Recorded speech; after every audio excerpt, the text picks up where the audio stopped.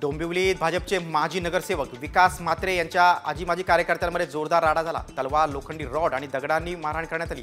राजूनगर परिसरात ही घटना घडली। या राड्यात 3 ते 4 जण जखमी झाले। या प्रकरणी विष्णुनगर पोलिसांनी दोन्ही गटांनी दिलेल्या तक्रारीनुसार गुन्हा दाखल केलेला आहे। भाजप नगरसेवकांच्या आजी-माजी कार्यकर्त्यांमध्ये झालेल्या राड्यामुळे आता डोंबिवलीत खळबळ उडाली।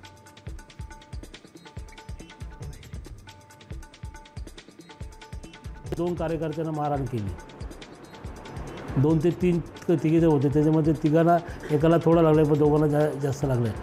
तलवारीने मला वाटतं मारहाण केली आणि ते पोलीस स्टेशनला आले तेव्हा मी बघितलं। मी देखील तिथे पोलीस स्टेशनलाच होतो त्याच्या अगोदर। माझ्यावरच हल्ला करण्याचा उद्देश असेल अशी मला आता भीती झालेली, कारण त्यांनी ते कार्यकर्त्यांना मारलं मी गेल्यानंतर।